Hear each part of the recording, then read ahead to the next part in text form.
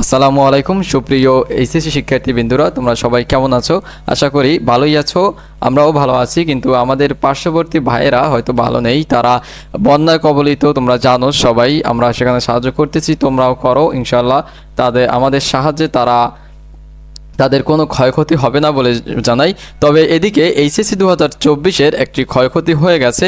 এই এইচএসসি 24 নিয়ে সবসময় যত নাটক দেখা যায়, তবে এবার দেখো, এই যে এইচএসসির পরীক্ষা হবে বলে হলো অটোপাস। আবার এই অটোপাসের যে রেজাল্ট নিয়ে আবার কত গুজব ছড়াচ্ছে দেখো। আমি তোমাদেরকে দেখে দিই। এই যে দেখো, এখানে আজকে একটি আপডেট এসেছে। এই আপডেটের মাধ্যমে তোমাদেরকে একদম ক্লিয়ার করে দেব যে কোনটা গুজব ছিল আর কোনটা অরিজিনাল নিউজ। আমি তোমাদেরকে দেখে দেবো এবং তোমরা এই চ্যানেলটি সাবস্ক্রাইব করে রাখবা। যদি তোমাদের ভিডিওটি ভালো লাগে, যদি তোমরা সমস্ত প্রমাণ সহকারে যদি তোমরা এই ভিডিওটি সত্যিকারের হয়ে থাকে, তাহলে তোমরা অবশ্যই আসল নিউজ পেতে, ফেক নিউজ থেকে এড়িয়ে থাকতে এই চ্যানেলটিতে তোমরা সাবস্ক্রাইব করবা, অবশ্যই করবা এবং লাইক দেবা। এবং তোমাদের মনে কোনো প্রকারের প্রশ্ন থাকলে কমেন্টে জানাবা। অবশ্যই আমি তোমাদের কমেন্টের রিপ্লাই দেওয়ার চেষ্টা করব। তো দেখো, এখানে আমি যদি ইউটিউবে সার্চ দিই এইচএসসি 24 লেখে, তো দেখো এখানে আমি যে দেখেছি, এই যে দেখো এখানে সুখবর, এইচএসসি রেজাল্ট জানালো শিক্ষা বোর্ড। আবার এই যে দেখো এখানে পরীক্ষার জোর করে বাতিল, ভয়ঙ্কর আপডেট। এসব কিছুই কিন্তু একটা গুজব। এই যে এইচএসসি 24 রেজাল্ট নিজে নির্ণয় করো 1 মিনিটে। আবার রেজাল্ট নিয়ে জরুরি নোটিশ, ব্যবহারিক পরীক্ষা দিতে হবে না। আসলে এসব কিছুই জানায়নি শিক্ষা বোর্ড। পদ্ধতি এখনো চূড়ান্ত নয়। এই শিক্ষা বোর্ড তোমাদের এই পরীক্ষার বিষয়ে কোনো মুখ খোলে নাই। তো এতদিন তোমরা যে ভিডিও দেখেছো সবই একটি গুজব ছিল। এই যে দেখো এখানে এমসিকিউ খাতা দেখা শুরু, এই সকল ভিডিও তোমরা একদমই বয়কট করো। তারা শুধু টাকার লোভে এই ধরনের ভিডিও করে থাকে। এই যে এখানে এইমাত্র এইচএসসি 24 রেজাল্ট নিয়ে জরুরি নোটিশ প্রকাশ করছে শিক্ষা বোর্ড। দেখেছো যে দেশপ্রেম নামে একটি চ্যানেলে তোমাদের এইটা দিয়েছে, নিউজটা দিয়েছে। আবার এখানে এইচএসসি 24 নিয়ে জরুরি নোটিশ দেওয়া হয়েছে। এই যে দেখো, এই নিউজটা কত বড় বাটপার হলে এরকমের বাটপারি শিক্ষার্থীদের সাথে করে। দেখো এখানে সুখবর, পুড়ে যাওয়াতে 3টি বিষয় সবাইকে A+ দেবে শিক্ষা বোর্ড।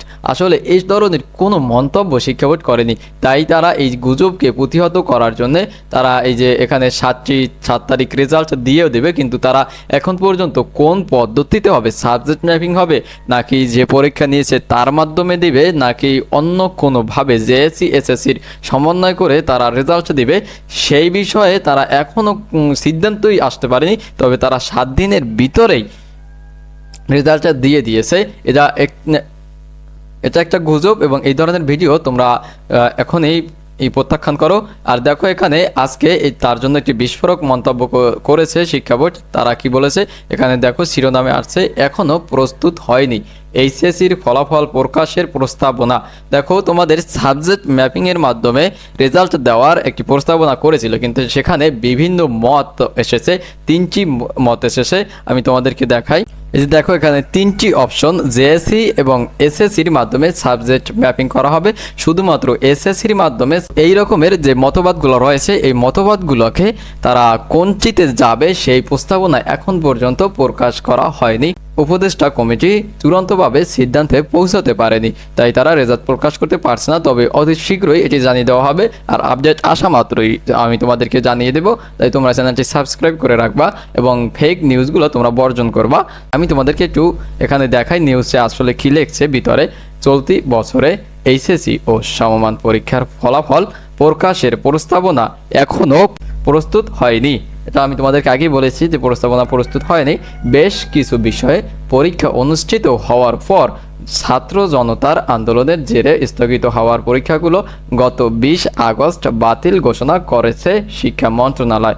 এটা তোমরা সবাই জানো। এমন পরিস্থিতিতে কি উপায় এ পরীক্ষার ফল প্রকাশ করা হবে সে বিষয়ে প্রস্তাবনা প্রস্তুত করার দায়িত্ব পেয়েছেন মাধ্যমিক ও উচ্চ মাধ্যমিক শিক্ষা বোর্ডগুলো, পরীক্ষা নিয়ন্ত্রক। তবে এর প্রস্তাবনা এখনো প্রস্তুত হয়নি। যদিও শিক্ষার্থীদের আন্দোলনের মুখে বাতিল হওয়া এইচএসসি ও